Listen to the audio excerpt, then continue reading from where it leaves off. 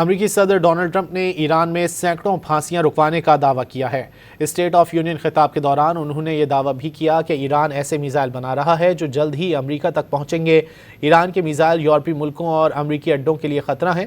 امریکی صدر کا مزید کہنا تھا کہ اگر ان کی مداخلت نہ ہوتی تو پاکستان اور بھارت کے درمیان ایٹمی جنگ چھڑ سکتی تھی۔ We stopped them from hanging a lot of them with the threat of serious violence, but this is some terrible people. They've already developed missiles that can threaten Europe and our bases overseas, and they're working to build missiles that will soon reach the United States of America.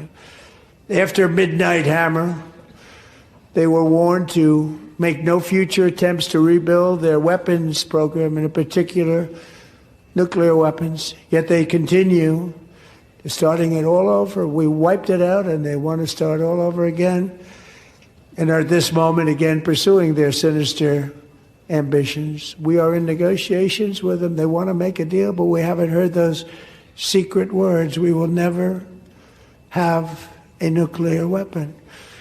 My preference